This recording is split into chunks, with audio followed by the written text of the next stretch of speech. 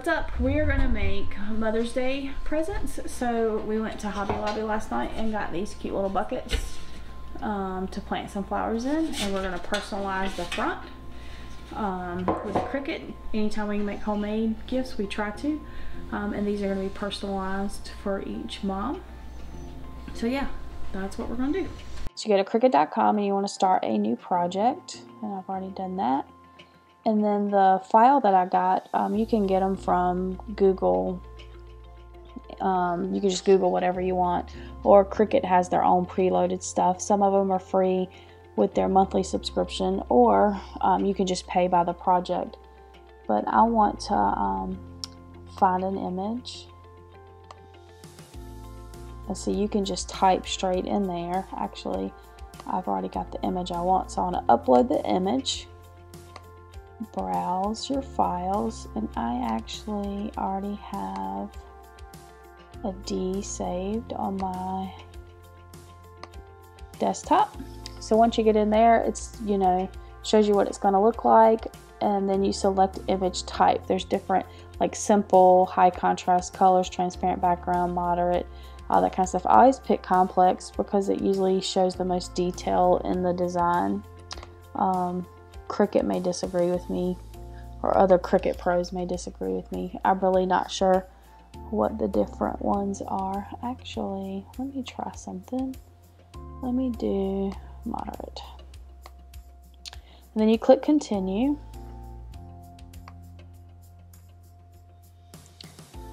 And then it shows you two images that it's going to save. One is a save as a print then cut, and one is a save cut image. A print then cut takes, you know, certain special paper that you put in your printer, and it will print an image. But we're using vinyl today, so we're going to do save as a cut image. And you save it. And then all of the images you have are down here. So I'm going to click it, insert images. And this one is pretty large, so you kind of have to trace it down to find the corner, and then you want to make it smaller. It's a good thing that it's large, I guess, because it does have like a lot of little detail, and you don't want the, if you pull something from Google in, or, you know, like I guess even if you bought something, also you could buy images off Etsy. This one was free on Google, so I like free. So then you get it to the size you want. We want it right around 4 inches. So you do that. And then you want to type a text. So the text I want will start down here, and I'm going to type in a name. This is my granny's last name. And then the font, I had already kind of selected some fonts that I liked. I like this old style font. And then you want to kind of line it up so that it fits in there. Actually, I'm going to move this back over here in the corner. I like to know this, it has guidelines, and it shows you what size I want to try to stick within my guidelines. So then once you kind of load it in there, you're like, oh, that's a little big. Oh, I'll show you a little trick. I'll bring this over here. So that means that you can exit out, you can unlock the image. Unlock it allows you to make it so you can curve it, skew it, all that kind of stuff. We don't want to unlock it. This just changes it, and that would reverse the image and all that kind of stuff, rotate it if it was like, but we don't want to do that. I just want to show you little tips and tricks. So you get it about the size you want it, then you kind of line it up, and I want this to print all together. So once I get it lined up, you can do Apple A to highlight the whole thing, and it shows you a little box around there. You can also do that over here, select all the images over to the right hand side of the screen. So once you do that, you want to click attach, and now you see it's all one image. So again, you kind of line it back up about how big you want it. You can also make it bigger from here. You can go all the way up. all the way back down, but we want ours right around the 4 mark. Seems to be good for this project. And then once you're done, you just click make it.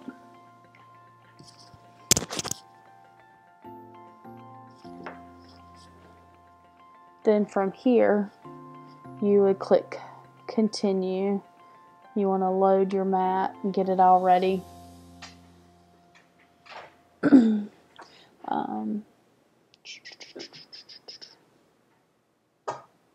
And then you would just hit the buttons, you follow the buttons on the screen of your Cricut. And that's it. Easy peasy. So once you get your design done, you just have to print it. You have to cut it out on this vinyl. So I just bought black vinyl. I've only used a couple of brands. This is a new brand I haven't used. But you can get vinyl at your local craft store. I got a little cutter. It's from Cricut. I actually broke it. Well, I didn't break it, but the piece fell off and I can't find it in our office. So the Cricut mats, first of all, they come in different colors according to how much grip you want. This is a purple one. It's the strong grip. And on there, it has already measuring stuff for you, so you don't even need a ruler. And I really don't ever measure anything. And this, which I could never figure out, has a measuring thing too. Your measuring ends, but I still never know. What did we say? It was like 4 inches. So if I did 5, but that doesn't look big enough. You know what I'm saying? That's why I never can figure it out.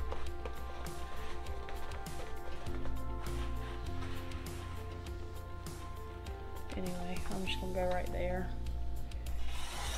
And it just slices it in half.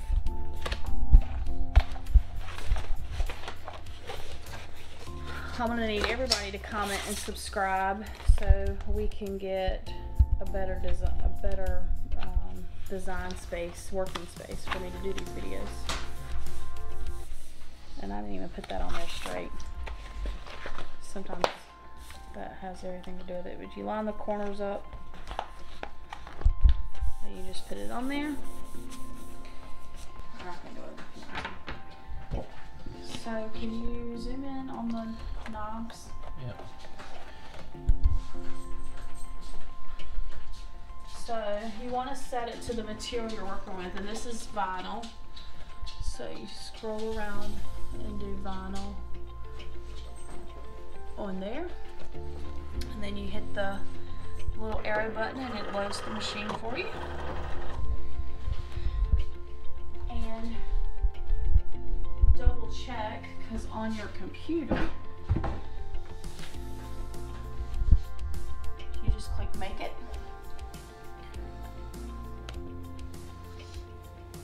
and it kind of shows you what your little mat looks like and if you're happy with the way it looks. And it's also got different size mats that you can change it to, but we use that one. And you click continue.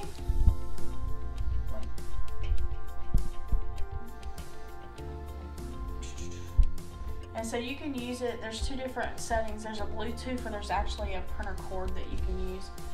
I haven't seen one's faster than the other. The one day we're filming, it's gonna go slow.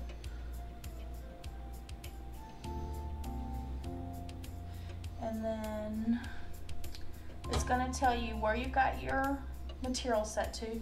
You can double check and make sure it says vinyl. It's got loaded. And all you have to do is press go. So go is actually on the machine itself. All you do is you press go, and the rest does the work for you.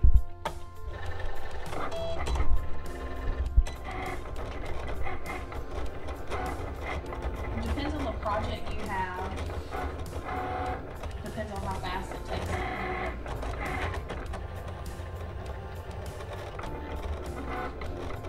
On the actual computer, it shows you like what percent the job is done.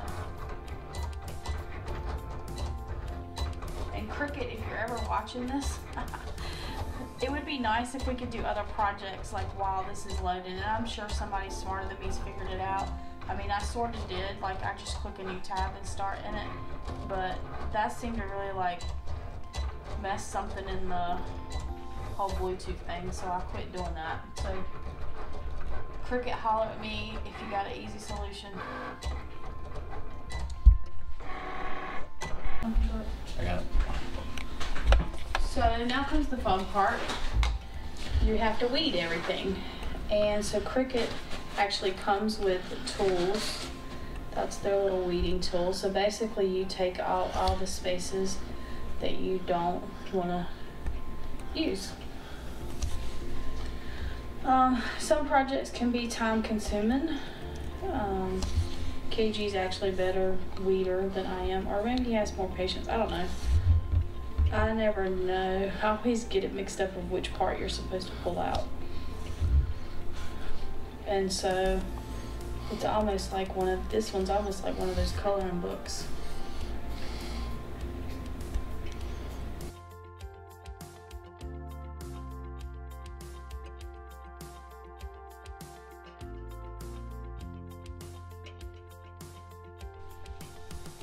So trial and error, we realized that the vinyl wouldn't stick to it, so we always have some clear matte stuff that really works well. And so just spray paint.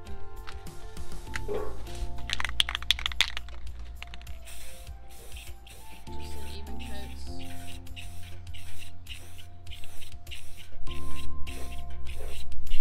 I guess whatever rustic look they had on it, it left this powdery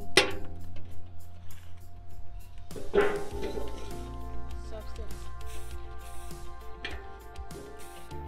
We got the back because we want it to still look rustic. They make enamel with gloss too.